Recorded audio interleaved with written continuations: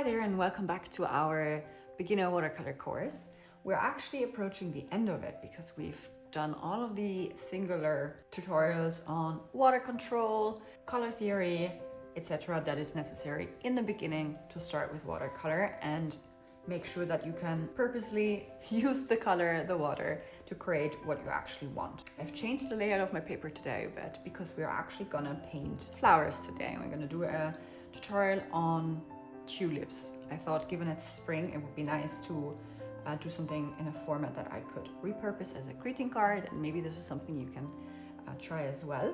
And yeah, for the tulips, we just need to have our usual trusted round brush. I have a number 6 and I'm also going to use a second one, number 5, just for the easy dropping in of color, as we're going to blend some colors as we learned also last week. So if you want to check out the previous videos, you can go into the playlist for the watercolor for beginners, and you will learn all of the different techniques that we will apply today. So we're going to start with actually using our pencil, given that this is less of a practice. It's still practicing, but we want to use this card. And what I like to do in my more structured designs or paintings, I like to have some guidance. So I tend to, especially with flowers, put the stems down of where they're gonna go, so that I have a bit of an idea of the composition on the page. Doesn't need to be perfect, it's just a bit of guidance, and then as well a little curve so you know in which direction the tulip head faces. It's not necessary, but I just like to add it because it helps me structure the paper.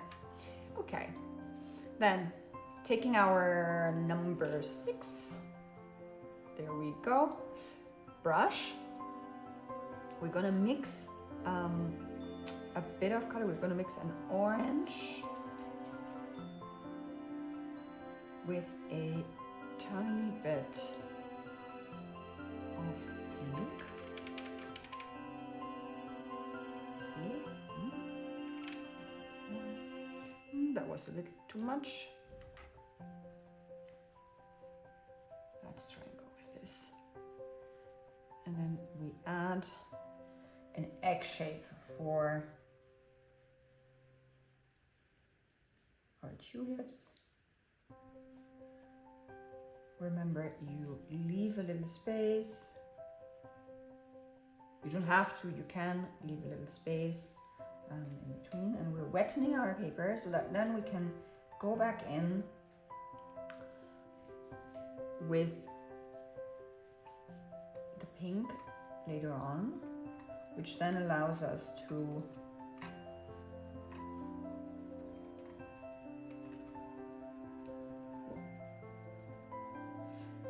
add depth to the paper. Now, taking the other brush so I don't need to clean it first, I'm taking pink and just trying too quickly. Just dropping that in.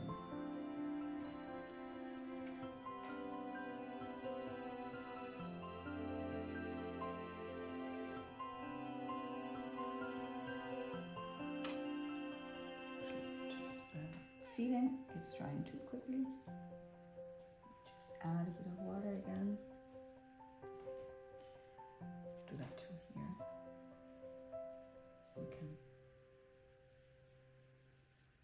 We can pull the color down, and then we're dropping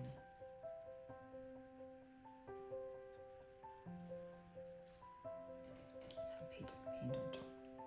Same here.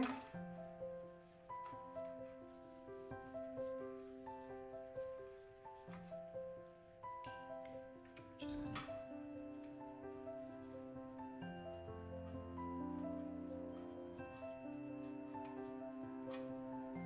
drop some paint.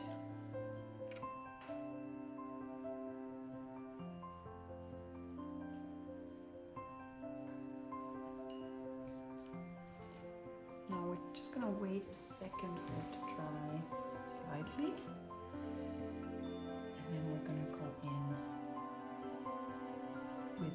more pigmented color, and that will allow you to add shades and also give some more shape if you want to correct some of the outlines. So instead of just dropping, you actually go along.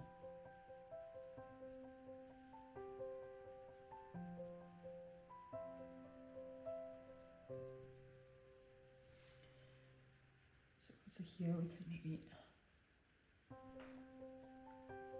create a bit more of a tulip shape.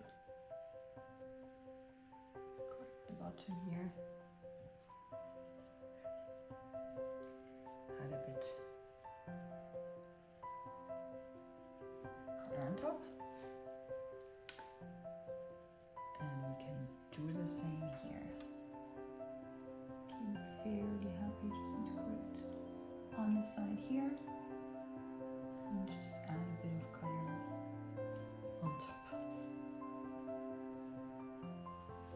think this needs a bit of blending.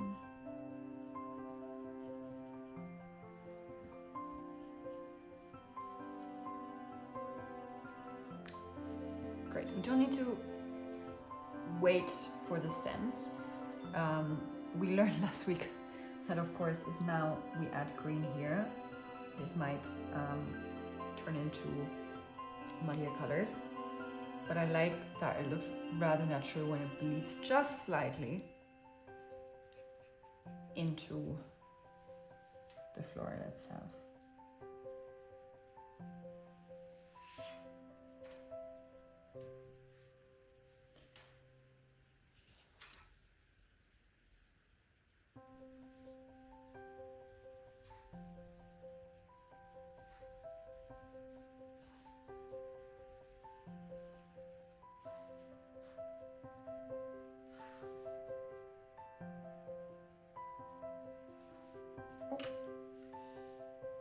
Smudge a bit here. This is where you maybe should wait, but this is another good trick. You can lift the color off the paper. So maybe this is a lucky coincidence that we're doing this.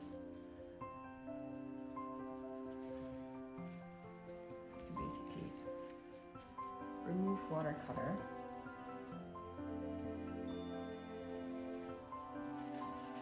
By adding water with obviously a clean brush, or as clean as possible. And you take off, you lift off the color. And you can go back in.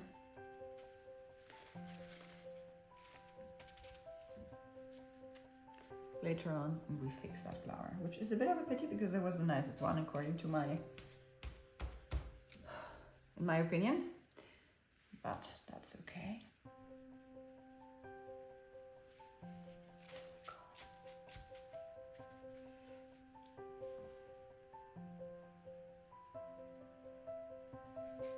And this is when I get too impatient, which watercolor is a great teacher when it comes to patience.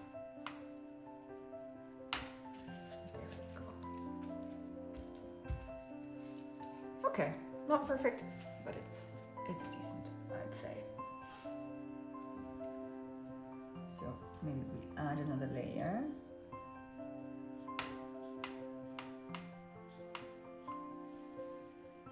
And we go back into our solid color.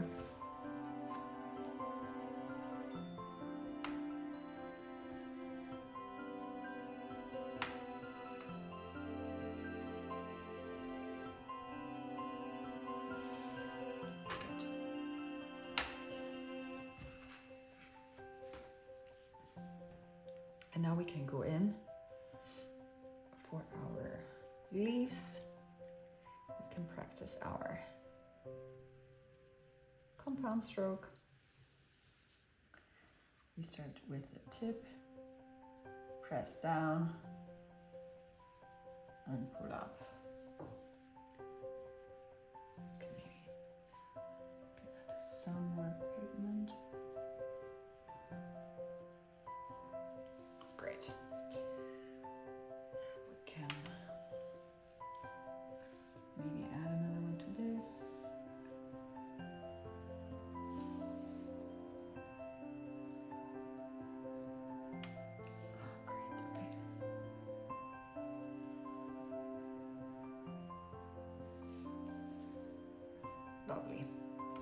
then to balance it out, we're gonna add one more here on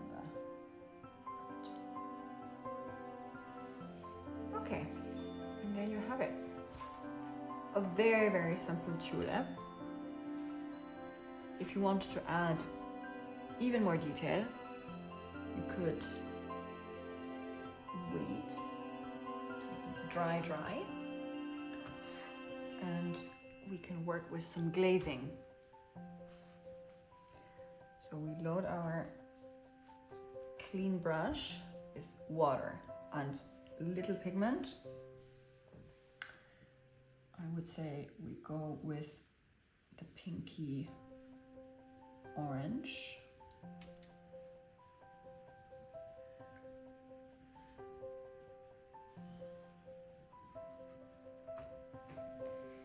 And we add the outer petals of the tulip.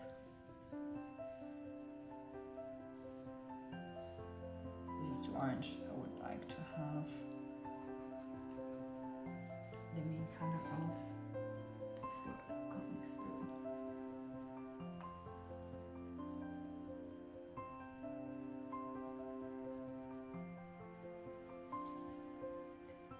Maybe we add some back leaves here and there.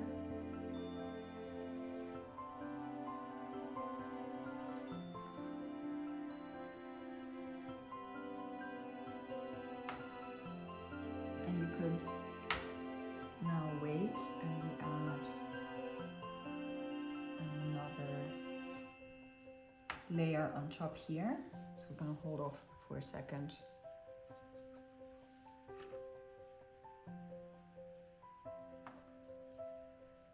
And let it dry so that we can actually see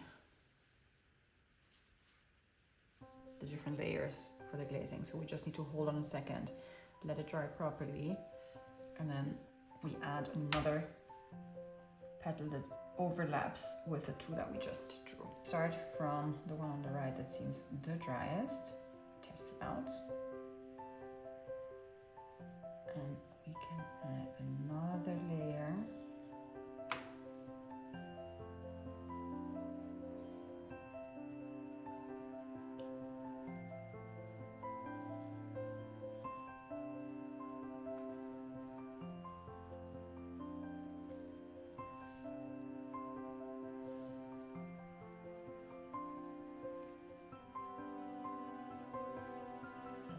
Same here.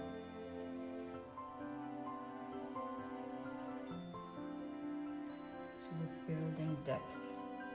I think here we can actually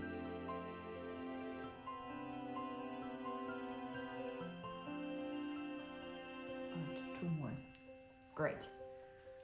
And now we just let it dry and we're done with our first spring greeting card. Thank you so much for watching, and I hope you have fun creating your own greeting card. And I can't wait to see you next week for our next spring-inspired drawing.